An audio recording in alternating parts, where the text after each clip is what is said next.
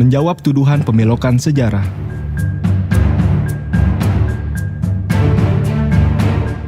Jagat maya dihebohkan dengan isu pemelokan sejarah kemerdekaan Indonesia yang katanya dilakukan oleh Sadah Alauddin, keturunan Hadramaut, Yaman. Tersebarnya luas informasi ini mengejutkan masyarakat dan tidak sedikit yang terpengaruh dengan informasi yang disebarkan dan terhasut proyek operasi adu domba ini. Lalu benarkah seluruh tuduhan tersebut? Video ini akan menjawab seluruh pertanyaan terkait sejarah dan tuduhan pemalsuan sejarah oleh Alauddin lengkap dengan referensi footnote di bagian bawah layar Anda, sehingga Anda dapat melakukan konfirmasi atas kebenaran seluruh informasi di dalamnya.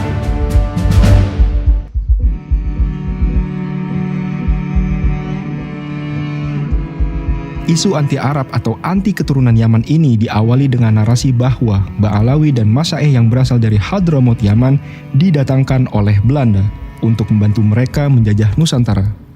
Benarkah?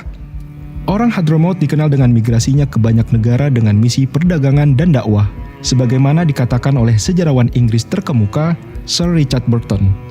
Matahari tidak terbit di suatu wilayah yang tidak didiami orang Hadramaut. Lalu bagaimana dengan Nusantara? Pertama, kalangan Ba'alawi atau orang-orang Yaman hadir di Nusantara bukan karena didatangkan oleh pemerintah kolonial Belanda. Sejarawan Inggris lainnya, R.B. Sargent, memperkirakan bahwa Ba'alawi telah tiba di wilayah tersebut, Nusantara, beberapa waktu sebelum Belanda dan secara bertahap mengendalikan perdagangan pesisir Hindia Belanda. Orang-orang Belanda dan orang-orang Eropa pada umumnya tidak menyukai orang-orang Arab. Van Vleuten, Direktur Dalam Negeri Hindia Belanda, dalam suratnya tanggal 24 April 1886 menulis, orang Eropa di Hindia Belanda semua benci kepada orang Arab. Kebencian ini sama saja dengan kebencian orang Eropa terhadap kaum Yahudi. Orang Arab yang tinggal di Nusantara tidak mendapat simpati dari orang Eropa, malah dia menjadi objek kebencian dan permusuhan. Semua pegawai termasuk para asisten residen dan kontrolir tetap lebih suka membicarakan persoalan pajak dengan 50 orang Cina daripada mengaturnya dengan satu orang Arab saja. Van den Berg, yang melakukan penelitian tentang orang-orang Hadramaut di Hindia Belanda pada akhir abad ke-19, menulis dalam salah satu suratnya kepada Gubernur Jenderal Hindia Belanda bahwa banyak orang Eropa takut berlebih-lebihan terhadap semua orang yang memakai serban atau yang melaksanakan dengan taat ibadah agamanya. Rasa takut ini sering dipupuk oleh tulisan kuasi ilmiah dalam surat kabar dan majalah populer oleh para keturunan Arab. Snoek Horgorne menambahkan, sehingga Belanda berusaha memperketat dan membatasi ruang gerak mereka. Dalam pemberitaan Snoek Horgorne, ia mengatakan, seandainya undang-undang kita tidak membatasi ruang gerak orang Hadramaut itu, migrasi mereka ke Hindia pasti lebih banyak daripada sekarang. Jika orang-orang Arab didatangkan untuk dipekerjakan oleh Belanda, dengan asumsi bahwa mereka dipekerjakan di perkebunan atau industri yang diadakan oleh pemerintah kolonial atau pengusaha Belanda, tentunya mereka perlu menghadirkan orang-orang Arab dalam jumlah yang besar untuk dipekerjakan di dalam perkebunan dan industri kolonial yang jumlahnya banyak itu. Terlebih lagi jika memang betul orang-orang Belanda tidak mau mempekerjakan masyarakat pribumi. Masalahnya, hal semacam ini tidak disebutkan di sumber-sumber sejarah yang ada dan tidak pernah didiskusikan pula oleh para akademisi. Hendaknya mereka yang membuat klaim semacam ini menghadirkan bukti dan menunjukkan sumber-sumber yang terpercaya tentang hal ini. Adapun pekerjaan di pemerintahan hampir sepenuhnya dihindari oleh orang Arab. Van den Berg misalnya menulis, di Pulau Jawa saya hanya mengenal 2 pegawai pemerintah yang berasal dari Arab, yaitu Bupati Magelang dan Patih Brebes. Keluarga Bupati Cianjur meskipun berasal dari Arab sudah menjadi orang Jawa sehingga tidak mempunyai perasaan seperti orang Arab pada umumnya. Raffles menyebutkan dalam The History of Java bahwa di antara orang Arab banyak pedagang tetapi mayoritas adalah ulama. Lalu apakah kita hendak mengatakan bahwa seluruh pegawai pemerintah kaum pribumi sebagai antek Belanda?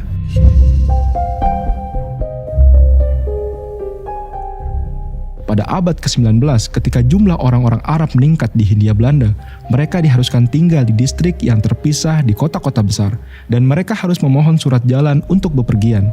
Kebijakan ini dikenal sebagai Weekendstelsel dan Passenstelsel.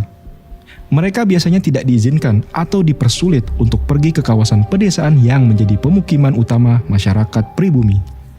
Mereka tidak menghendaki masyarakat Arab bercampur dengan masyarakat pribumi.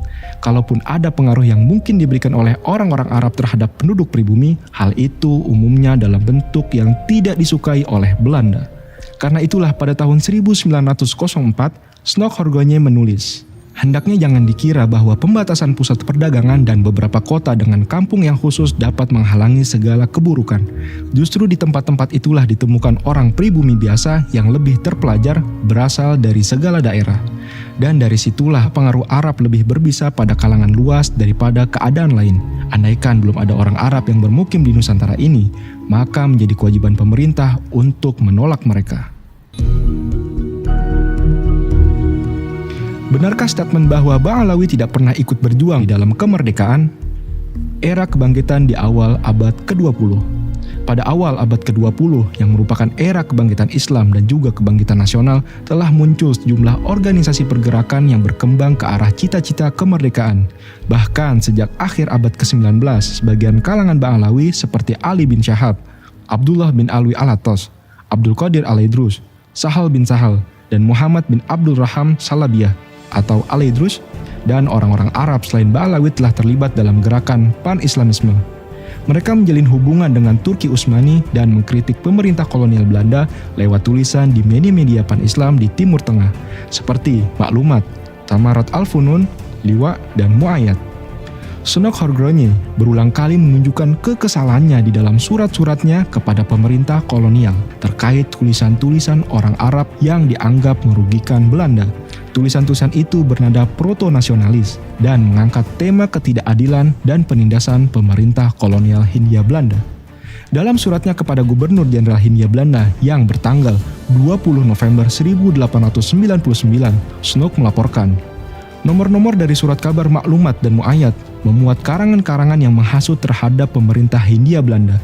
Banyak sekali karangan semacam itu akhir-akhir ini terbit dalam surat kabar berbahasa Arab di Konstantinopel, Beirut, Kairo, dan sebagainya.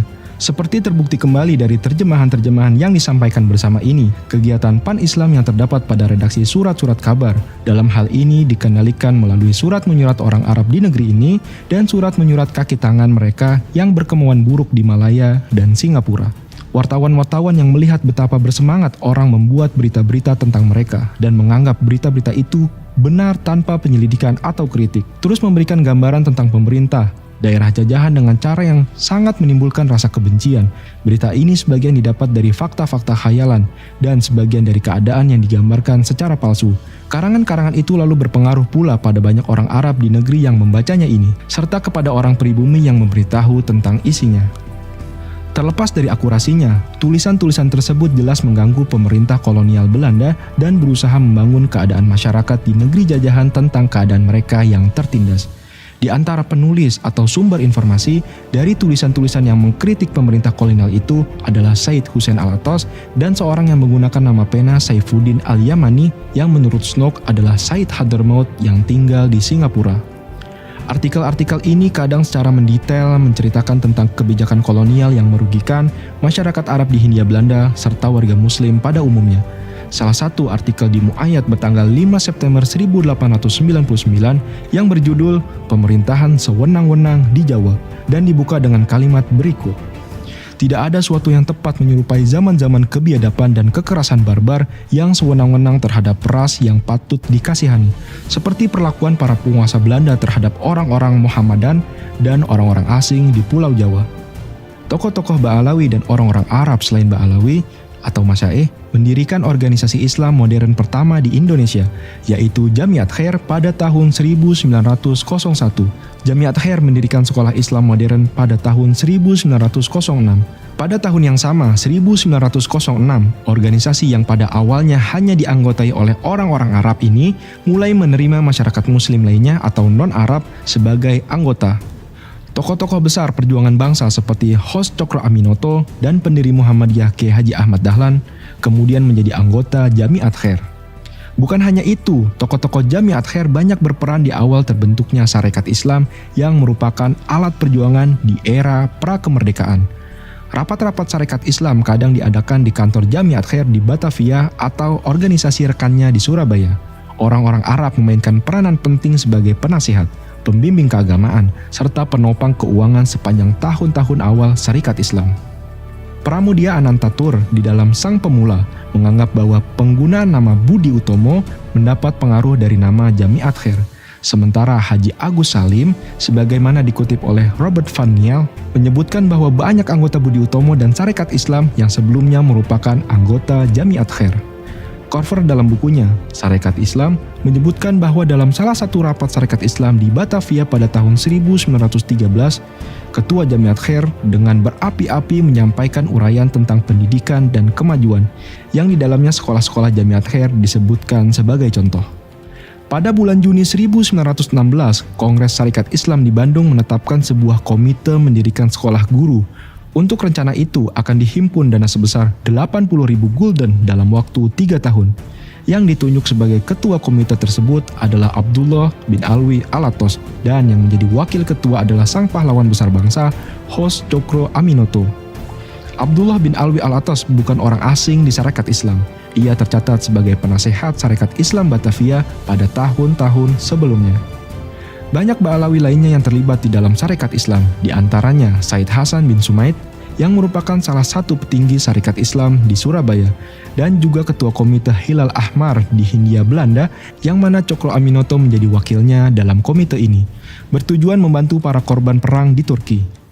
Dalam utusan Hindia tanggal 7 Maret 1916, disebutkan tentang Said Abu Bakar, Presiden Syarikat Islam Lasem atau Rembang, yang menjadi tamu dalam pertemuan Syarikat Islam Kudus dan berbicara pada kesempatan itu dalam bahasa Jawa.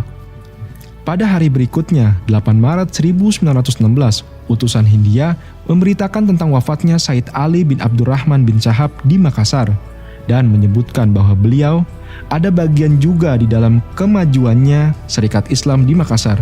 Dan pada satu waktu beliau sudah angkat bicara di dalam Verdagring Syarikat Islam Makassar, pidato yang mana disetujui benar-benar oleh Tuan Cokro Aminoto lantaran dari elok dan pentingnya. Lalu ada petisi Sutarjo, petisi yang berisi mengenai permohonan kepada pemerintah Belanda agar Hindia Belanda mendapat hak otonomi untuk menjalankan pemerintahan secara mandiri. Petisi Sutarjo merupakan salah satu peristiwa penting di era kebangkitan nasional, diajukan di Foxrat pada tahun 1936.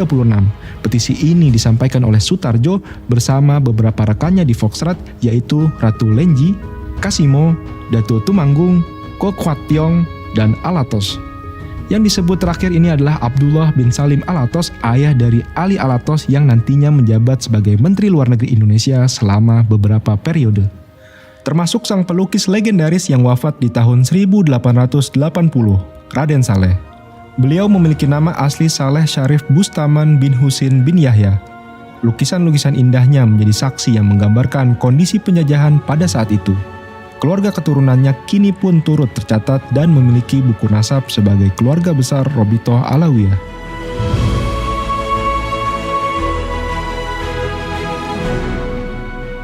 Era kemerdekaan. Lalu bagaimana peran habaib di era kemerdekaan? Jangan pernah mengatakan Alawiyin keturunan Yaman tidak turut berperan dalam kemerdekaan hingga engkau mengenal sosok Muhammad Asad Shahab. 15 hari pasca kemerdekaan Republik Indonesia, tepatnya tanggal 2 September 1945, Arabian Press Board atau APB resmi didirikan atas ide dari Muhammad Asad Shahab bersama kakaknya Zia Shahab dan Hussein Al-Habsyi. Wartawan, sejarawan, serta penulis ternama Solihin Salam yang menulis lebih dari 64 buku biografi tokoh nasional mengatakan, sesudah diproklamasikan kemerdekaan Indonesia pada 17 Agustus 1945 oleh Soekarno dan Hatta, praktis kita belum memiliki media massa yang mendukung proklamasi kemerdekaan dan ikut mempertahankan kedaulatan negara Republik Indonesia. Kantor berita APB sengaja menggunakan nama Arabian Press Board untuk menarik perhatian dunia Islam serta Timur Tengah, sekaligus mengelabui pihak sekutu dan Belanda dengan menggunakan kata Arabian. Mereka pasti berpikir ada kaitan dan hubungan dengan dunia Islam dan Timur Tengah. Apabila mereka hendak bertindak keras, pasti berpikir 1000 kali terhadap dampak dan akibatnya nama sekutu dan Belanda di Timur Tengah. Perjuangan Asad Shahab dengan APB-nya tidak sia-sia. Berita kemerdekaan Indonesia tersebar luas di Timur Tengah dan sekitarnya hingga berujung pengakuan kedaulatan Indonesia dari berbagai negara Arab. Wakil Presiden Republik Indonesia Muhammad Hatta Dalam sambutan buku Diplomasi Revolusi Indonesia di Luar Negeri, mengatakan kemenangan diplomasi Indonesia yang dimulai dari Kairo karena pengakuan Mesir dan negara-negara Arab lainnya terhadap Indonesia sebagai negara yang merdeka dan berdaulat penuh. Segala jalan tertutup bagi Belanda untuk surut kembali atau memungkiri janji, sebagaimana selalu dilakukannya di masa-masa yang lampau. Jenderal A.H. Nasution juga memberikan kata pengantar pada buku yang sama.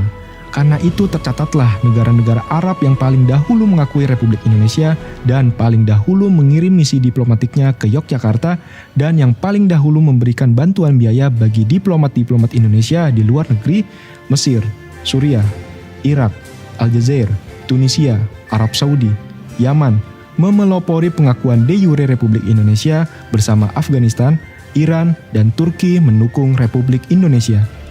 Fakta-fakta ini merupakan hasil perjuangan diplomat-diplomat revolusi kita dan simpati terhadap Republik Indonesia yang tetap luas di negara-negara Timur Tengah merupakan modal perjuangan kita seterusnya. Atas jasanya, begitu banyak tokoh dan sejarawan yang menuliskan tinta emas atas perjuangan Asad Shahab. Rosihan Anwar, motivasinya sederhana, mau berjuang menegakkan Republik Indonesia dan mempertahankan kemerdekaan bangsa Indonesia yang telah diproklamasikan. Sudarpo Sastro Satomo, Saudara Shahab adalah seorang eksponen yang mempunyai peran dalam sejarah perjuangan kemerdekaan kita yang pantas kita peringati. M. Yusuf Ronodipuro, sebagai seorang pejuang, beliau tidak mengharapkan penghargaan, ketulusan hatinya untuk menyumbangkan jasa-jasanya bagi kepentingan perjuangan kemerdekaan bangsa, baginya itu sudah suatu penghargaan. Solihin Salam, untuk itu kita patut menyampaikan apresiasi dan penghargaan yang tinggi. Kita percaya bahwa nama APB tercatat dalam lembaran sejarah Republik Indonesia. Prof. Dawam Raharjo, M. Asad Shahab selayaknya diingat dan dihargai sebagai salah seorang bapak pendiri bangsa, the founding father negara Republik Indonesia. Insinyur Soekarno, aku menghargai keberanian dan tata keramanya.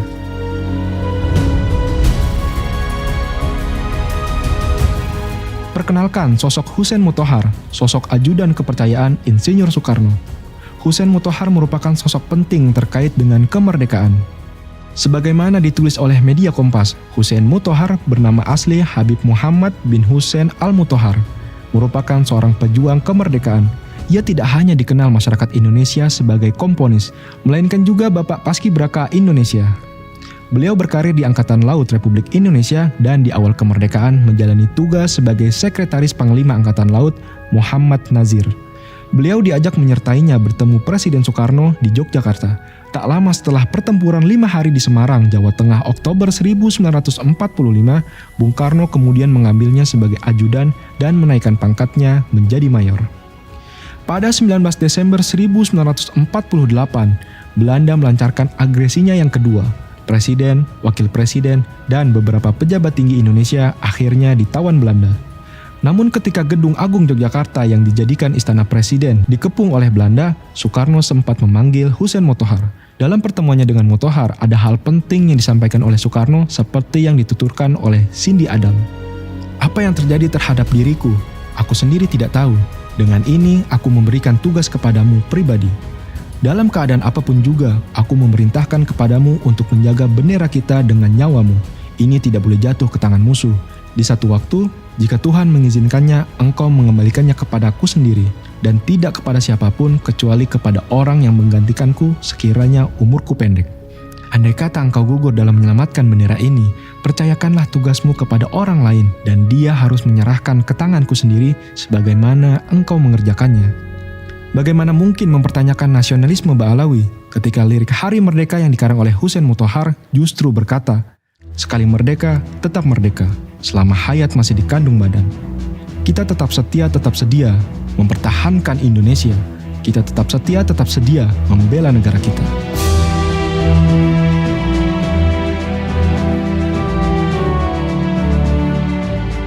Dan tahukah Anda ada seorang sultan yang menyumbangkan harta sebesar 13 juta gulden atau setara lebih dari 1.000 triliun untuk pemerintahan Republik Indonesia yang baru terbentuk? Nama yang dipertuan besar, Syarif Kasim Abdul Jalil Saifuddin atau juga dikenal dengan Sultan Syarif Kasim II, kondang setelah menyumbang harta kekayaannya sebanyak 13 juta gulden kepada pemerintah Republik Indonesia. Jumlah tersebut setara dengan 120,1 juta dolar atau jika dirupiahkan nilainya mencapai lebih dari 1074 triliun. Beliau adalah seorang Alawiyin dengan marga Banasan. Catatan nasabnya tersimpan rapih di Kerajaan Siak. Dan keturunan kerajaan pun hingga kini tidak hanya tercatat, namun juga memiliki buku nasab sebagai keluarga besar Robito Alawiyah. Perlawanan Sang Sultan Siak ini terhadap pemerintah Belanda terjadi pada Desember 1931 yang dipimpin oleh Koyan. Oleh karena itu, pemberontakan ini dikenal sebagai pemberontakan Si Koyan. Pemberontakan terjadi di daerah Merbau Sungai Preban, Selat Akar yang berhasil membunuh 4 orang prajurit Belanda. Setelah proklamasi kemerdekaan Republik Indonesia, terdapat sebagian pembesar kerajaan Siak yang ragu-ragu dan berharap Sultan Syarif Qasim II memproklamasikan kerajaan Siak menjadi negara merdeka. Dalam situasi ketidakpastian ini, Sultan Syarif Qasim II mengambil sikap tegas dan mengumumkan sebuah maklumat. Di saat yang maha penting ini, bukanlah masanya kita memikirkan untuk kepentingan diri sendiri, melainkan untuk kepentingan tanah air Indonesia Raya. Oleh sebab itu, dengan hati yang suci bersih, saya sudi meletakkan hak dan kekuasaan saya dengan sepenuhnya merdeka. Atas jasa-jasanya bagi Indonesia, Sultan Syarif Qasim II pun dinobatkan sebagai pahlawan nasional Republik Indonesia berdasarkan Kepres nomor 109 tahun 1998.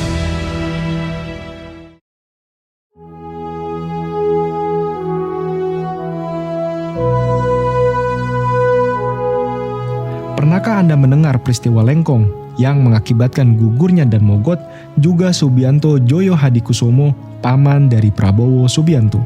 Peristiwa Lengkong yang mengakibatkan gugurnya 34 taruna Akademi Militer Tangerang itu terjadi pada tanggal 25 Januari 1946. Termasuk salah satu pahlawan Lengkong yang gugur adalah keluarga Alawiyin bernama Said Muhammad Al-Haddad. Bagaimana mungkin beliau dituduh sebagai antek penjajah, menyakiti hati keluarga para pahlawan dengan mengatakan, "Buktinya kagak ada satu pun keluarga mereka masuk dalam syuhada Indonesia." Coba. Tapi urut dari Ubaidillah sampai namamu, ada tidak yang mati di medan perang? Saya berani untuk bertaruh, tidak ada di antara nama itu sampai mereka yang mati di medan perang. Narasi kebencian seperti ini seharusnya tidak terjadi, karena monumen Lengkong hanya berjarak sekitar 1 jam dari rumah penuduh tersebut. Lalu bagaimana dengan Sultan Hamid Al-Qadri? Adakah yang membantah beliau sebagai perancang lambang negara? Proklamator Muhammad Hatta menceritakan dalam Bung Hatta Menjawab. Patut pula ditambahkan sebagai catatan bahwa lambang dengan tulisan yang mempunyai arti yang demikian mendalam itu dipadukan menjadi seperti sekarang ini dengan melalui sayembara waktu Republik Indonesia Serikat dulu dan dilaksanakan oleh Menteri Priyono. Banyak gambar yang masuk waktu itu, tetapi yang terbaik akhirnya ada 2 buah, satu dari Muhammad Yamin dan yang satu lagi dari Sultan Hamid. Yang diterima oleh pemerintah dan DPR adalah dari Sultan Hamid, yakni seperti sekarang ini. Adapun dari Muhammad Yamin ditolak, karena di sana ada gambar sinar-sinar matahari dan menampakkan sedikit banyak disengaja atau tidak pengaruh Jepang. Saya berpendapat bahwa apa yang ada sekarang itu, seperti uraian saya tadi, sudah tepat dan bernilai abadi bagi kehidupan negara dan bangsa Indonesia. Memang benar bahwa terdapat ide Bung Karno untuk merevisi jambul juga kaki Sang Garuda, Sultan Hamid II dalam transkripnya kepada Solihin Salam, 15 April 1967. Saya meminta bantuan Rul Junior untuk membuat sketsa dari lambang negara yang saya buat dengan membawa potret lukisan lambang negara yang dilukis oleh Dullah. Karena lukisan Dullah yang gambar rancangannya semula cengkraman kakinya menghadap ke belakang telah diserahkan kepada Kementerian Penerangan Republik Indonesia Serikat yang ketika itu masih berada di Yogyakarta. Kemudian dimintakan kepada saya oleh Paduka Yang Mulia Presiden Soekarno untuk tidak disebarkan dahulu ke pelosok negara RIS. Setelah itu, sketsa transkrip atau outwork yang dilukis oleh Rul Junior, saya ajukan kembali ke Paduka Yang Mulia Presiden Soekarno. Ternyata beliau langsung mendisposisi sebagai wapen negara. Waktu itu tanggal 20 Maret 1950. Kemudian beliau memerintahkan untuk memanggil Dullah sang pelukis istana atau pelukis kesayangan Bung Karno untuk melukis kembali berdasarkan sketsa perbaikan dari Rul tersebut. Walaupun ketika itu kita harus merugi beberapa ribu rupiah lagi untuk membayar pelukis Dullah. Tidak benar jika dikatakan usulan Sultan Hamid diubah seluruhnya, namun hanya jambul dan kakinya saja. Hal senada juga dikatakan oleh salah satu murid Dullah, Heri Sujarwanto. Setelah mengalami beberapa kali perbaikan, akhirnya pada 20 Maret 1950, Bung Karno mengirimkan disposisi persetujuan pada Sultan Hamid II. Isinya, Yang Mulia Sultan Hamid Menteri Negara. Menurut pendapat saya, lukisan rule ini membuat lambang negara kita lebih kuat. Maka untuk itu saya tetapkan bahwa on-road rule inilah yang harus dipakai.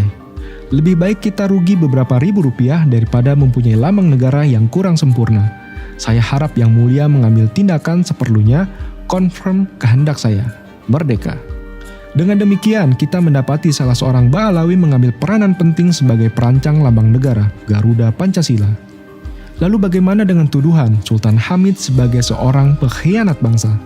Tuduhan ini diawali dari sejarah pengangkatan pangkat Sultan Hamid oleh Kerajaan Belanda di tahun 1947. Jadi bagaimana saya mau bersepakat untuk mengangkat dia sebagai pahlawan nasional? Ya nggak mungkin kan. Masa ada orang yang naik pangkat pada saat bangsanya sendiri sedang dikerjain oleh lawannya. Yang menaikkan pangkat lawan lagi. Lawannya kan. Pengkhianat kok mau diberikan pahlawan tertinggi. Astagfirullahaladzim. Benarkah tuduhan pengkhianat? Mari kembali mengingat perundingan Linggarjati pada 11 sampai 13 November 1946. Perundingan antara pemerintah Republik Indonesia dan Belanda menyepakati beberapa poin. Pertama, pengakuan Belanda secara de facto atas eksistensi negara Republik Indonesia yang meliputi Sumatera, Jawa, dan Madura. Kedua, Republik Indonesia dan Belanda akan bekerja sama dalam membentuk negara Indonesia Serikat, yang salah satu negara bagiannya adalah Republik Indonesia. Ketiga, Republik Indonesia Serikat dan Belanda akan membentuk Uni Indonesia Belanda dengan Ratu Belanda selaku ketuanya. Hasil perjanjian saat itu, Indonesia belum termasuk Kalimantan, Sulawesi, Bali, dan lainnya. Sedangkan justru disepakati Republik Indonesia dan Belanda bekerjasama dalam membentuk negara Indonesia Serikat. Maka di mana letak pengkhianatan Sultan Hamid yang berasal dari Kalimantan itu? Dengan munculnya penolakan atas hasil perjanjian Linggarjati atas gagasan dari inisiatif anak Agung Gede Agung yang ingin menghilangkan kesan keberadaan negara-negara bagian semata merupakan ide Belanda. Pada 7 Juli 1948 dibentuklah BFO. Menurut Sultan Hamid, pembentukan wadah bernama BFO juga berangkat dari keprihatinan atas konflik Republik Indonesia dan Belanda yang tidak segera terlihat ada titik temu. Setelah dibentuk BFO, Sultan Hamid tidak lagi terkait dengan Belanda dan telah menjadi subjek yang berdiri sendiri bersama BFO-nya. Muhammad Iskandar, sejarawan Universitas Indonesia, mengatakan, di buku-buku pelajaran disebutkan bahwa BFO adalah kaki tangan Belanda. Padahal mereka ingin juga mendirikan Indonesia. Adnan Buyung Nasution, advokat senior dalam Kata Pengantar buku Sejarah yang Hilang, mengatakan Leigh Riza dan Mahendra Petrus banyak memberikan informasi baru tentang peran BFO sebagai kekuatan ketiga. Hal ini sejalan dengan tidak adanya pergerakan untuk membentuk pemerintah negara baru oleh BFO. Ternyata pendapat banyak ahli tentang BFO selama ini salah, dan saya bisa membuktikan kesalahan itu demi kebenaran sejarah. Tulis Leigh Riza yang dikutip Adnan Buyung. Puncaknya adalah perjanjian KMB, dilaksanakan di Den Haag, Belanda pada 23 Agustus hingga 2 November 1949. Beberapa delegasi pemerintah Indonesia dan Belanda mengisi konferensi ini, yaitu delegasi dari pemerintah Indonesia adalah Muhammad Hatta, delegasi Belanda dipimpin oleh Marsieven, serta delegasi BFO yang merupakan konsolidasi dari negara-negara bagian diwakilkan oleh Sultan Hamid II. Dengan puncaknya, Belanda menyerahkan kedaulatan penuh kepada Republik Indonesia Serikat, ditandatangani oleh ketiga pihak. Jika Sultan Hamid berkhianat dan mendukung Belanda, tentu Bung Hatta yang turut berada di konferensi tersebut adalah orang yang paling berhak menyematkan gelar pengkhianat. Saya tidak pernah mendengar. Saya akrab dalam usia saya yang sangat muda, bergaul dengan TB Simatupang, bergaul dengan Aha Nasution, bergaul dengan Mr. Muhammad Rom. Saya juga berjumpa dengan Pak Hatta, bergaul erat dengan Pak Nasir, mendengar dari mereka kata-kata yang negatif terhadap Sultan Hamid. Tidak pernah. Never. Saya nggak pernah dengar. Saya baru dengar sekarang Sultan Hamid dibilang pengkhianat oleh orang yang baru diberanakin kemarin sore. Putri Bung Hatta, Mutia Farida Hatta mengatakan, saya belum pernah mendengar Bung Hatta menyebut Sultan Hamid II sebagai pengkhianat sampai beliau wafat. Ujarnya, sebuah pertanyaan logis sederhana, bagaimana mungkin seorang yang pada tahun 1947 berkhianat lalu diterima oleh para pendiri bangsa dalam tugas maha penting, yakni sebagai perancang lambang negara pada tahun 1949. Mengapa tidak ada satupun para pendiri bangsa yang menolak rancangan Sultan Hamid II dengan alasan pengkhianat, sebagaimana penolakan saudara kami, Anhar Gonggong, atas gelar pahlawan nasional? Saya tidak minta mendesak itu tim yang dipimpin Anhar Gonggong itu supaya meralat pendapatnya, kan nggak enak juga orang suruh meralat pendapatnya, atau mereka yang sudah bilang Sultan Hamid pengkhianat kan disuruh melarat kagak enak ya kan? Malu juga lah, ya kan, malu ya kan? Itu kan malu, itu kan hak asasi manusia, kita harus hormati. Tapi yang saya inginkan, walaupun Anda tidak mengucapkan kebenaran yang saya sampaikan sekarang, dalam hati sudah cukup. Janganlah lanjutkan bicara itu lagi tentang Sultan Hamid.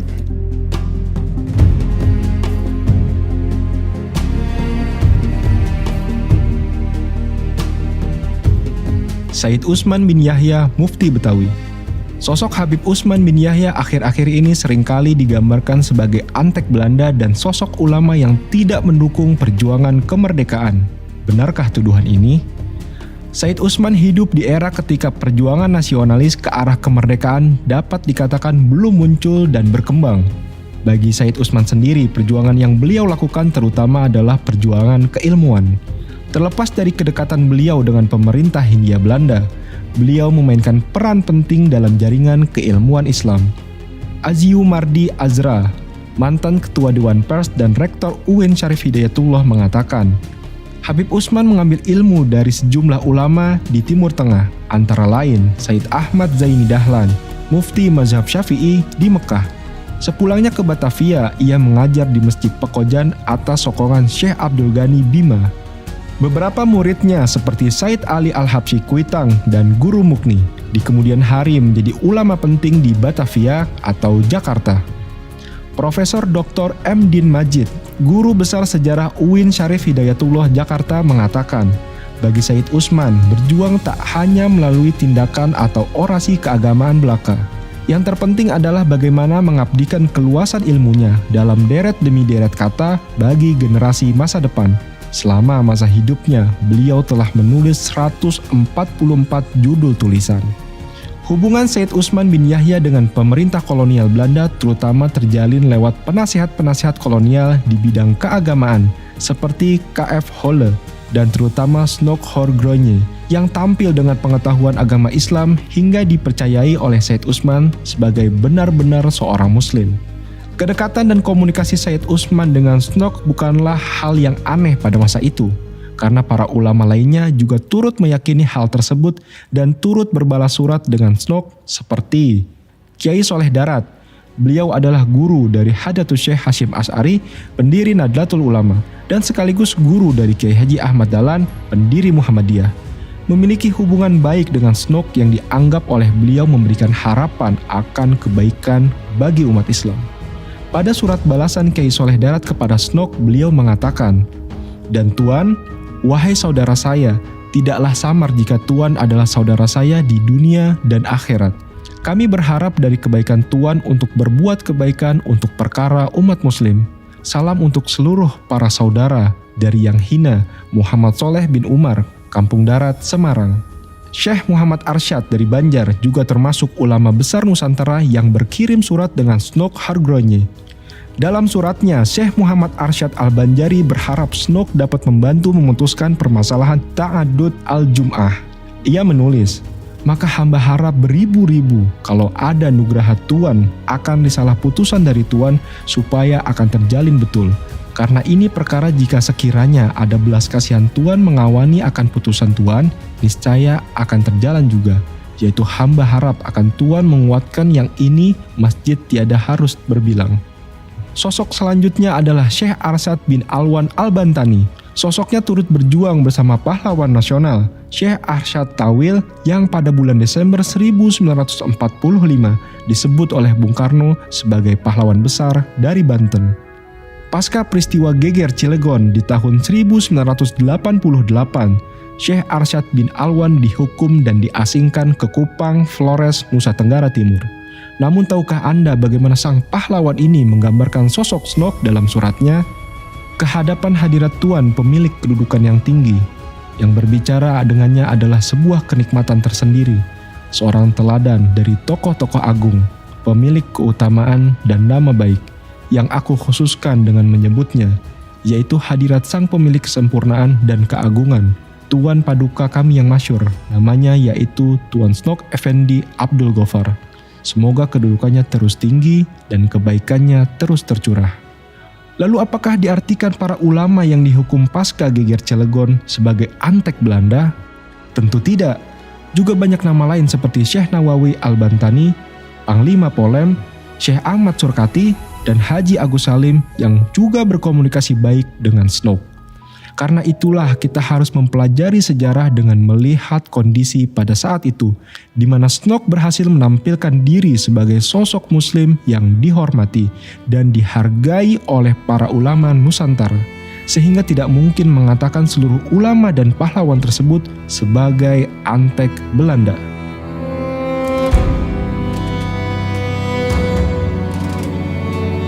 Ahmad Athoillah mengatakan, dalam peranannya, Said Usman memiliki dua konsep pemikiran, yaitu pertama, pandangan interaksi sosial di mana seorang muslim tetap dapat hidup berdampingan, saling menghormati dengan non-muslim dengan damai, asalkan terjamin kebebasan dalam pelaksanaan menjalankan ibadah keagamaan. Konsep kedua adalah pandangan struktural sosial tentang sikap hidup dan beribadah di bawah rezim kolonial dengan tetap menghormati dan mematuhi peraturan-peraturan kolonial yang tidak melanggar syariat Islam. Secara jujur, Said Usman memandang bahwa kekuasaan non-muslim terhadap umat Islam adalah keburukan yang tak terelakkan bagi umat Islam. Tetapi ia menolak setiap bentuk perlawanan umat Islam terhadap kolonial, dan dirinya tidak pernah akan dapat dibujuk oleh pemerintah kolonial untuk memberi konsesi-konsesi yang berlawanan dengan Islam. Said Usman memiliki ijtihadnya sendiri terkait bagaimana berstrategi dakwah di masa kolonial, karena pada masa itu pemerintah kolonial memiliki ketakutan yang berlebihan terhadap Islam yang akhirnya menyebabkan tekanan pemerintah yang kuat terhadap keagamaan umat Islam. Dengan dasar inilah Said Usman melakukan hubungan kerjasama dalam bentuk menghormati sesama manusia seperti yang dilakukannya dengan non-muslim, termasuk pemerintah kolonial. Usulan dan permintaan Said Usman seringkali diterima oleh pemerintah kolonial. Ia berusaha menjamin kerjasama antara masyarakat dan pemerintah selama syarat tidak mencampuri urusan agama. Karya dan jasa beliau menghasilkan munculnya Stadsblad van Nederlands-Indië nomor 152 Pristeraden tahun 1882, maka disimpulkan bahwa setiap keputusan terhadap masalah di pengadilan agama harus diputuskan melalui hukum Islam dengan tidak ada campur tangan dari para bupati atau regen atau pejabat lainnya. M. Nopal mengatakan, sikap akomodatif Said Usman terhadap kebijakan pemerintah Hindia Belanda, terutama dalam masalah politik, juga dilakukan dalam kapasitasnya sebagai mufti dan ulama yang berkewajiban menjaga keselamatan masyarakat dari ghurur atau tipu daya. Karena itu, dalam banyak karyanya, Said Usman selalu mengajarkan masyarakat untuk berlaku baik terhadap pemerintah dan mengharapkan pemerintah tidak mencampuri urusan agama. Fokus beliau adalah pendidikan umat dan implementasi syariat Islam di masyarakat. Namun ijtihad dan strategi beliau ini bukannya tanpa kritik terhadap pandangan sebagian Ba'alawi dan orang Arab lainnya di pan-Islamisme yang memiliki strategi berbeda. Said Usman kemudian sering mendapat kritik tertulis dari orang Arab melalui sindiran-sindiran di majalah pan-Islamisme. Benarkah Mufti Betawi menentang jihad kemerdekaan dan tidak mendukung perjuangan? Adapun kritiknya terhadap jihad pemberontakan petani di Banten pada tahun 1888 yang digerakkan oleh para anggota tarekat, perlu diketahui status beliau sebagai mufti adalah berusaha mengukur dengan terpenuhi atau tidaknya syarat-syarat jihad tersebut. Dalam hal ini beliau menilai Geger Cilegon tidak terpenuhi syarat jihadnya secara fikih.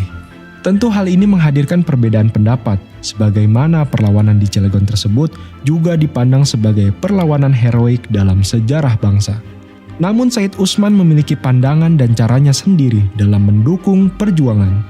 Ia mendukung seluruh upaya mencerdaskan bangsa dan membuka wawasan masyarakat.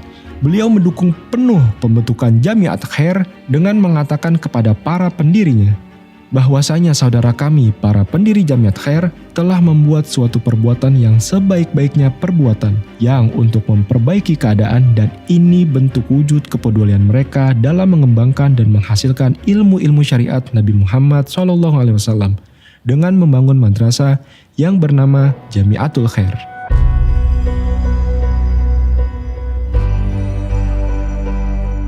Profesor Azyumardi Azra menyebutkan bahwa di akhir hidupnya, yaitu pada dekade kedua abad ke-20, Said Usman memberi dukungan dan pembelaan yang kuat terhadap gerakan Sarekat Islam. Walaupun gerakan ini pada tingkat tertentu telah memberi tantangan terhadap status quo pemerintah kolonial. Bagaimana mungkin orang yang dikatakan antek penjajah justru mendukung Sarekat Islam yang memberi tantangan status quo pemerintah kolonial?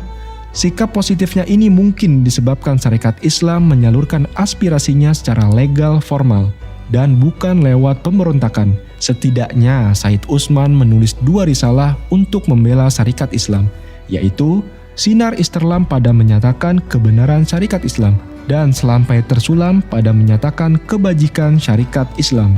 Pembelaannya terhadap Syarikat Islam ini dapat dilihat sebagai dukungan Said Usman terhadap perjuangan awal masyarakat Indonesia yang nantinya mengarah pada kemerdekaan. Akhirnya, kita perlu meletakkan Said Usman pada timbangan yang adil. Kalau beliau dikritik karena kedekatannya dengan pemerintah kolonial, beliau juga memiliki jasa yang besar dalam penyebaran ilmu agama Islam, menghentikan campur tangan Belanda terhadap kehidupan beragama, dan beliau juga memberikan sokongan terhadap gerakan pencerdasan umat seperti Sarekat Islam, yang merupakan organisasi pergerakan penting di awal era kebangkitan nasional. Ia wafat sebelum proklamasi kemerdekaan di tahun 1913. Ada pejuang yang angkat senjata, ada yang lewat pendidikan, juga ada yang lewat aspirasi legal formal. Lalu bagaimana dengan Said Usman mendoakan Ratu Belanda? Said Usman bin Yahya menjawab dalam kitabnya, Menutup Pintu Fitnah dan Pengucilan, bahwa terdapat perbedaan antara sikap ramah yang dilarang atau mudahanah dan yang diperbolehkan, mudoroh al-jaizah, di mana ucapan doa itu dapat memberikan kemaslahatan penduduk muslim, dan argumen sikap beliau ini beliau tuangkan dalam kitabnya Membuka Pintu bagi Penyempurnaan Pikiran yang Baik, yang dimana tulisan-tulisan beliau diperlihatkan ke Said Ahmad Zaini Dahlan, guru beliau, Mufti Syafi'i di Mekah. Dan beliau turut dibela oleh seorang kiai besar Betawi lainnya, Kiai Marzuki, tokoh besar Nahdlatul Ulama Betawi yang menulis kitab untuk membela Said Usman. Ketika diadakan Kongres Syarikat Islam yang dihadiri oleh 7.000 orang, host Cokro Aminoto mengundang Said Usman bin Yahya sebagai pembicara utama dalam kongres tersebut. Mungkinkah guru besar bangsa host Cokro Aminoto mengundang antek penjajah menjadi pembicara utama di dalam kongres organisasi yang bahkan belum mendapatkan pengakuan pemerintah kolonial?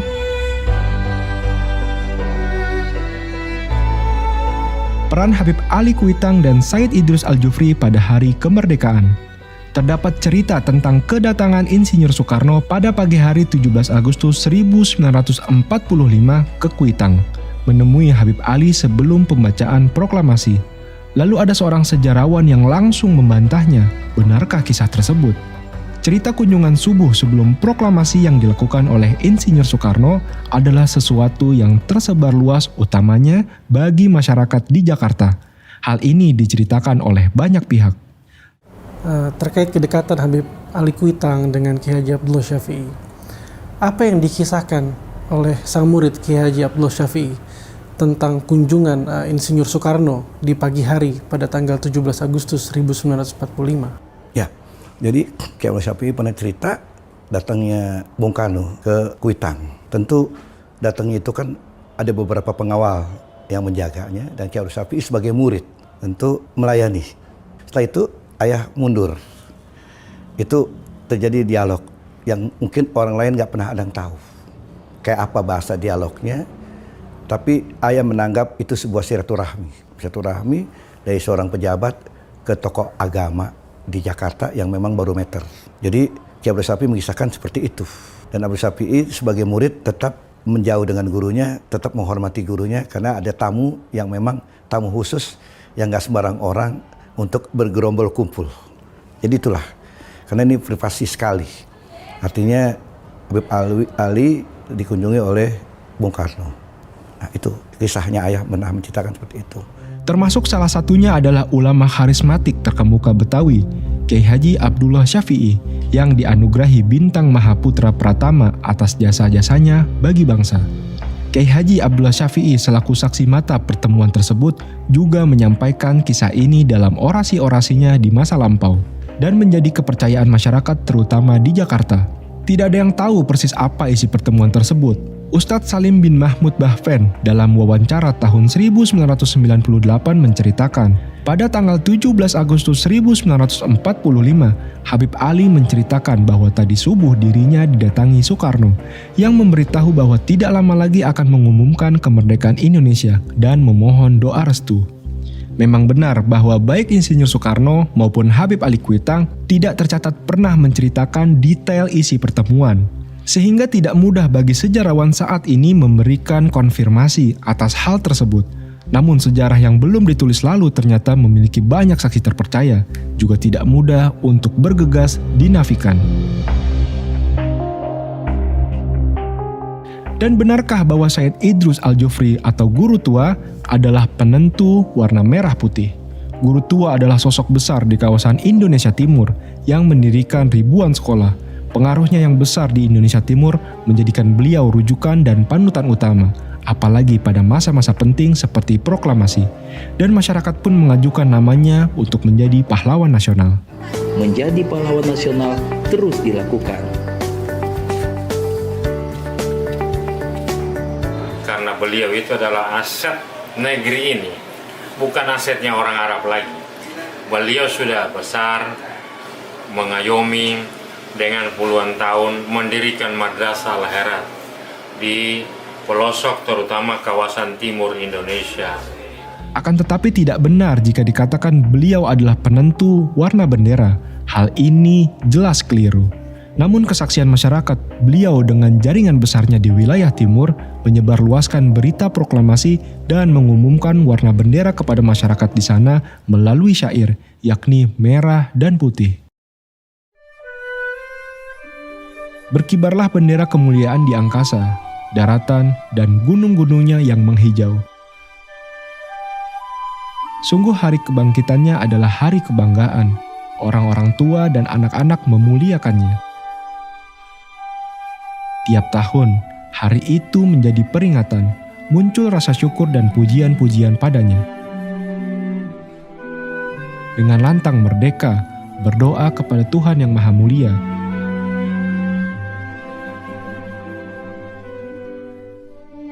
Karena cita-cita telah tercapai dan hilanglah segala masalah.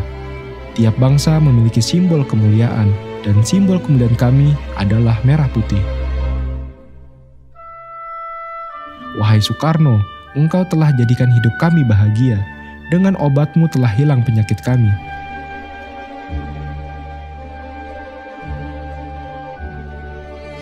Wahai Presiden yang penuh berkah, untuk kami hari ini, engkau laksana obat bagi masyarakat. Engkau ungguli dengan tulisan dan politikmu, hingga datang berita akan kemenangan.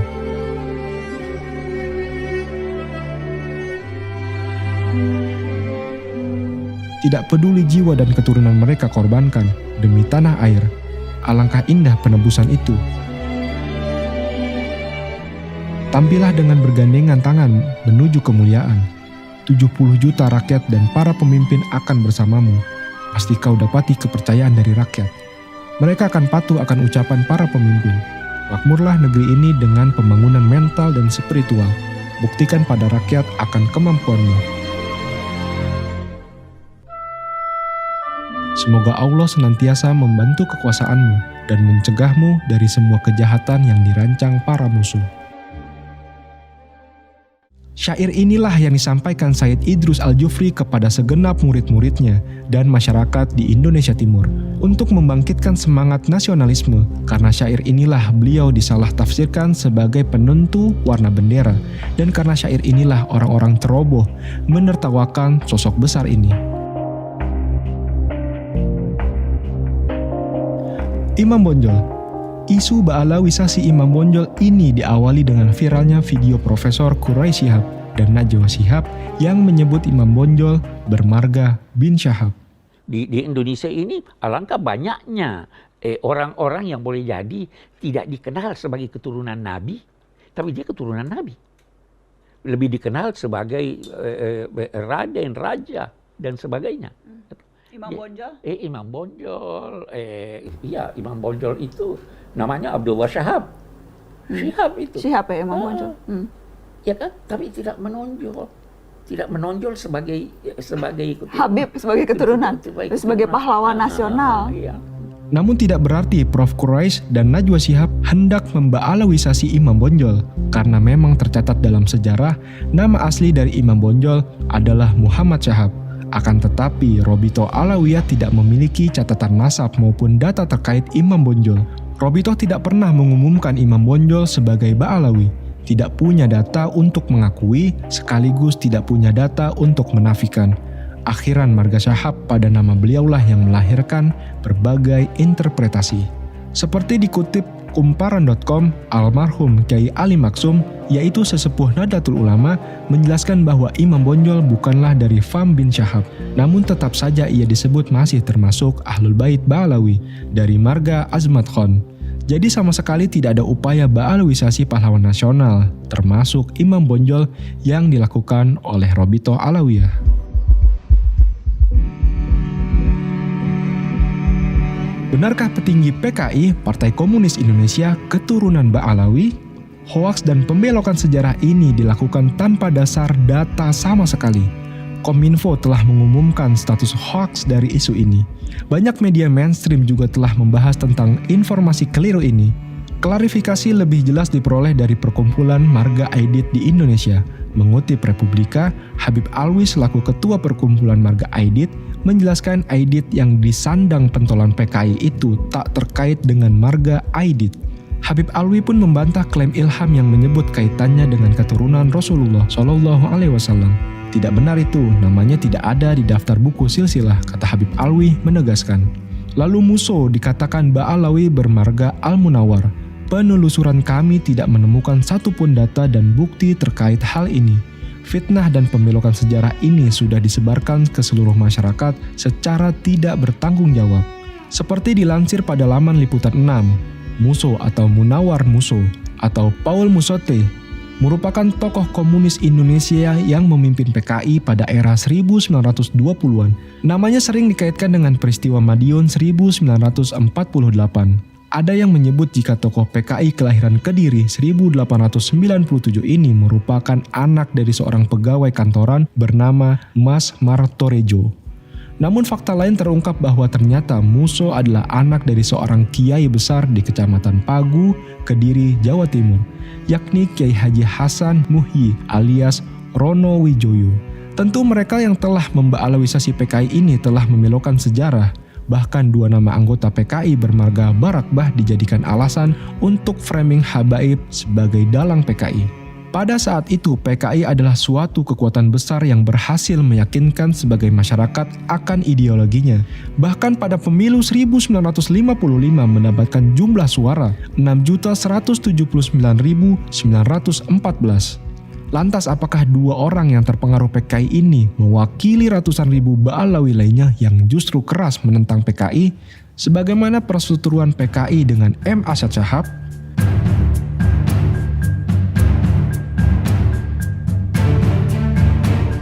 Makam palsu, Ba'alawisasi di Ponorogo, Ba'alawisasi Wali Songo. Kita harus jernih dalam menilai perkara ini. Pertama, jika ada makam yang diba'alawikan namun faktanya nama tersebut tidak tercatat di Robito Alawiyah, maka hal itu justru sangat merugikan Robito Alawiyah. Hal ini banyak dilakukan oleh orang yang berusaha mendapatkan status nasab Ba'alawi, namun ditolak oleh Robito Alawiyah, lalu mengambil jalan merubah makam leluhurnya menggunakan marga Ba'alawi, seperti yang terjadi di makam Raden Mas Ali Dipo Wongso yang diberi marga Ba'abut, diduga oleh seorang bernama Sohibul Faroji dari Nakobah Al-Azamat Khan yang mengaku Ba'alawi dan turut memba'alawikan banyak orang melalui lembaga nasabnya sendiri. Serta diduga ada banyak makam-makam dan tokoh yang diba'alawikan oleh orang ini dan teman-temannya. Pertanyaan terakhir ini, karena belum saya mendengar itu Raden Mas Ali Dipo Wongso dalam itu Sayyid Ali Ba'abut Khas.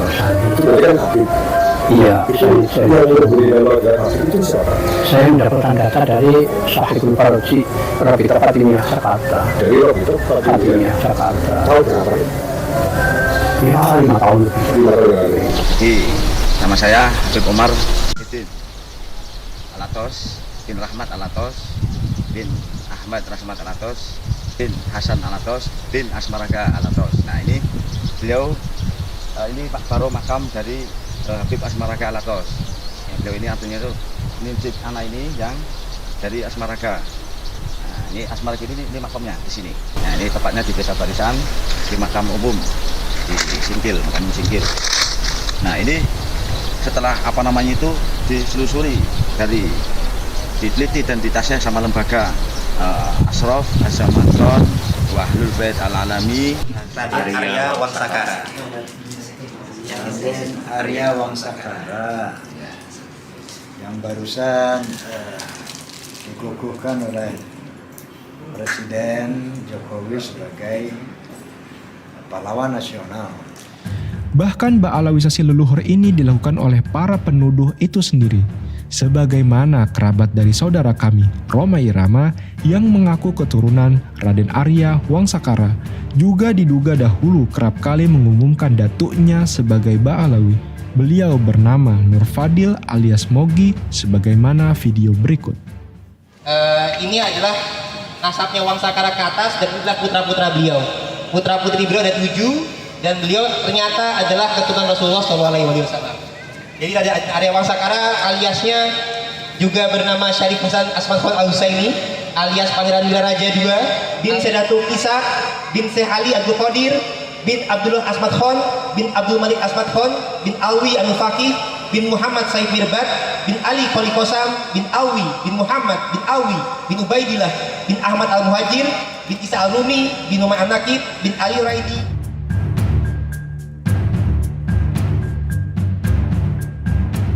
Atau video viral makam Sunan Bonang yang disebut ditambah-tambahi makam palsu Ba'alawi di sekitarnya. Ternyata area tersebut adalah tempat pemakaman umum, bukan khusus sebagaimana video berikut. Makam Sunan Bonang di ring 1. Sunan Bonang di ring 1-nya diider-iderin oleh Ba'alawi. Itu dari mana zaman Sunan Bonang udah ada Ba'alawi? Dekat selama dibilang palsu. Dibilang palsu, ya itu maksudnya itu lisan bukan habaib terus nanti ditulis habaib, itu ada enggak seperti itu? Enggak ada. Ya semua apa adanya situ. Asalnya apa itu ya ditulis itu. Jadi misalkan Umar ya Umar, Habib siapa ya tetap situ. Pemakaman umum.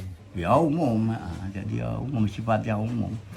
Perihal nasab Wali Songo yang tersambung ke Azmat Khan Ba'alawi bukanlah berasal dari Robito Alawiyah. Namun hal tersebut sesuai dengan manuskrip-manuskrip yang dimiliki Kesultanan. Sebagaimana disampaikan oleh Kang Farihin, Pustakawan Kesultanan Kanoman Cirebon. Kemudian di tahun 1720, Pangeran Arya Charbon, anak Sultan Kasepuhan pertama, itu menuliskan lagi di naskah Purwaka Carubanagari. Itu silsilah Sunan Gunung Jati sampai ke Rasulullah. Di situ dituliskan Maulana Syarif Hidayatullah bin Syarif Abdullah bin Ali Nurul Alim bin Syekh Husain Jimadil Kubro bin Ahmad Syah Jalal bin Abdullah Kanuddin bin Said Abdul Malik bin Alwi Amul Faqih bin Muhammad Syahid Marbat bin Ali Khalil Qasam Alwi bin Muhammad bin Alwi, kemudian bin Said Ubaidillah bin Ahmad Al-Muhajir bin Isa bin Muhammad An-Naqid bin Ali Al-Uraidi bin Imam Ja'far Shodiq bin Muhammad Bakir, kemudian bin Ali Zainal Abidin bin Husain bin Ali bin Abi Thalib yang menikah dengan Fatimah binti Rasulullah Muhammad SAW. Itu ada catatan itu di Negara Kertabumi, tulisan Pangeran Wangsakerta, dan Purwaka Carubanagari, tulisan Pangeran Arya Carbon. Itu tertulis jelas seperti itu. Juga apa yang disampaikan Kiai Haji Said Akil Siraj berikut, bahwa Sunan Gunung Jati keturunan Ba'alawi. Putranya Prabu Siliwangi adalah perempuan, namanya siapa namanya? Rara Santan atau Syarifah Mudaim. Siapa namanya? Nanti dinikah oleh Habib datang dari India, namanya Sayyid Abdullah Azmat Khan. Udah nggak usah dibahas Habib bener apa udah usah. Habib Azmat Khan nikah dengan Syarifah Mudaim. Jadi nanti punya putra namanya Syekh Syarif Hidayatullah atau Sunan Gunung Jati. Juga banyak pengakuan lainnya dari berbagai pihak. Lalu bagaimana dengan makam KRT Sumo di Ningrat yang viral diubah namanya? Robito Alawiyah sama sekali tidak memiliki catatan nasab KRT Sumo di Ningrat. Perubahan nama makam tersebut tidak mungkin merubah pendirian Robito Alawiyah atas belum atau tidak tersedianya data untuk mengisbat. Termasuk makam Pangeran Diponegoro, Robito Alawiyah tidak memiliki data apapun terkait nasab beliau, apalagi disambungkan ke Ba'alawi. Kami berharap pemerintah segera menunjuk pihak otoritatif yang berwenang untuk melakukan penelitian juga penyidikan terhadap seluruh kasus perubahan nama makam tersebut, siapapun pelakunya, serta melakukan tindakan hukum jika ditemukan pelanggaran sehingga tidak terjadi hal-hal yang merugikan Ba'alawi di kemudian hari.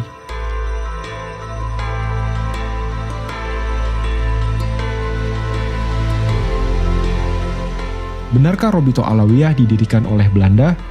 Pemerintah kolonial Belanda sama sekali tidak terlibat dalam inisiatif pendirian Robito Alawiyah. Tidak ada orang Belanda yang menjadi penasehat atau pengurus Robito. Robito juga tidak mendapatkan kedudukan khusus atau keistimewaan dari pemerintah kolonial. Jadi bagaimana dapat dikatakan Robito didirikan oleh Belanda? Kalau tudingan ini didasari oleh kenyataan bahwa Robito mendaftarkan organisasinya secara resmi kepada pemerintah kolonial Belanda, maka hendaknya diketahui bahwa tidak ada satupun organisasi yang berdiri secara resmi di Hindia Belanda pada ketika itu, melainkan mendaftarkan organisasi mereka pada pemerintah kolonial. Belum ada pemerintah Republik Indonesia maupun Kemendagri di tahun 1928. Jika demikian, mengapa tidak dikatakan bahwa semua organisasi resmi seperti Budi Utomo, Muhammadiyah, Nahdlatul Ulama, dan lainnya yang ada ketika itu adalah juga organisasi bentukan Belanda? Tentu pendapat semacam ini aneh sekali.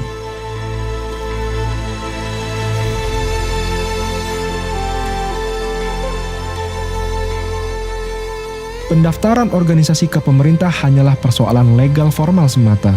Hal itu tidak bermakna pemerintah ikut campur dalam urusan internal atau berada di belakang sepak terjang organisasi tersebut. Hubungan Robito Alawiyah dengan pemerintah Turki Utsmani, Jong Islamiten Bond atau JIB, dan Sarekat Islam terjalin dengan baik. Para pendiri Robito Alawiyah aktif dalam memberikan bantuan kemanusiaan bagi korban perang di Balkan, Libya, dan Palestina, serta korban bencana di Indonesia melalui organisasi Bulan Sabit Merah. Berita di majalah Robito tentang kedatangan host Cokro Aminoto di kantor Robito meminta sokongan Robito untuk menerbitkan buku Sirah Nabi yang beliau tulis, dan Robito setuju untuk membantu penerbitannya setelah naskah tersebut dibaca dan disetujui oleh Said Alwi bin Thohir Al-Haddad. Apakah mungkin tokoh seperti Cokro Aminoto rela mendapat sokongan dari Robito sekiranya organisasi ini merupakan bentukan Belanda dan bekerja untuk kepentingan Belanda? Jong Islamiten Bond atau JIB mengirimkan ucapan bela sungkawa saat mendengar kabar wafatnya Muhammad bin Sahab, ketua Robito Alawiyah, pada bulan Oktober 1930. Ketika JIB mengadakan muktamar pada tanggal 25 Desember 1930, pendiri Robito Alawiyah, Habib Alwi bin Thohir Al-Haddad, ikut diundang untuk memberikan ceramah pada pembukaan kegiatan tersebut. Apa mungkin organisasi seperti Jong Islamiten Bond, di mana Haji Agus Salim ikut menjadi pembinanya, mau berhubungan dengan Robito jika dianggap antek Belanda, bahkan memuji ketuanya yang pertama dan mengundang tokoh Robito ceramah di pembukaan Muktabar JIB?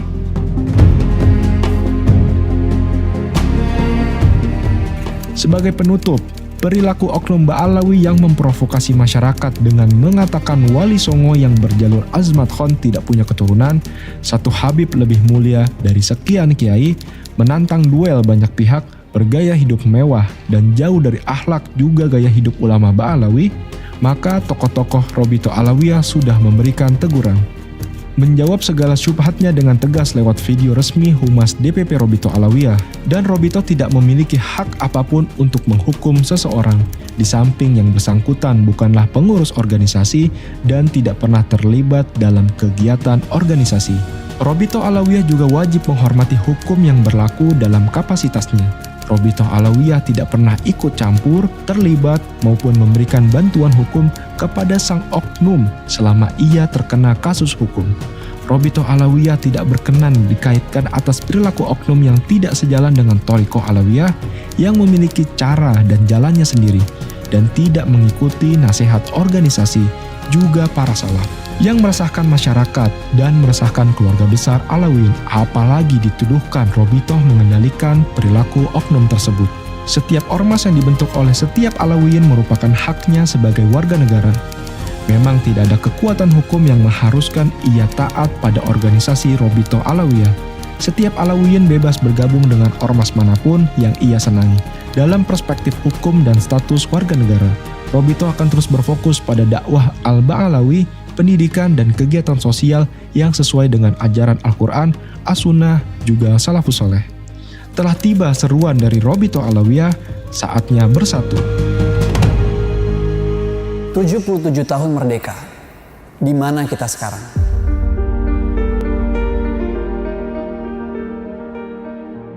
Kami hanyalah bagian kecil yang turut membentuk suatu perahu besar. Perahu itu bernama Indonesia. Negeri ini mencapai kemerdekaan lewat keberanian dan pengorbanan. Semboyan merdeka atau mati seakan menjadi cambuk menuju mimpi persatuan kesejahteraan. Lihatlah perahu besar ini sekarang. Kemana perahu besar ini menuju? Sebuah perahu hanya bisa bertahan jika seluruh komponen menyatu, rapat menutup keranggangan. Ini adalah sebuah pesan dari kami yang kecil. Saatnya bersatu. Saatnya bersatu. Saatnya mendengar untuk memahami, bukan untuk membantah. Saatnya menerima perbedaan, tidak memaksakan keseragaman. Saatnya topang menopang menghadapi ombak yang meninggi. Saatnya memperhalus lisan dan tulisan, mencontohkan budi pekerti yang baik. Selamatkan karakter bangsa menghadapi ujian kontestasi kekuasaan yang hanya sementara. Saatnya bertanggung jawab, berpikir matang sebelum bertindak. Perilaku kita berdampak besar bagi generasi penerus bangsa. Jika kau ingin melihat masa depan suatu bangsa, maka lihatlah kondisi pemuda mereka saat ini. Saatnya optimis. Keragaman ras, agama adalah wujud kekayaan bangsa. Saatnya merajut persatuan yang dapat dibanggakan para pahlawan. Saatnya membangun kedewasaan yang mematikan ego dan kesombongan.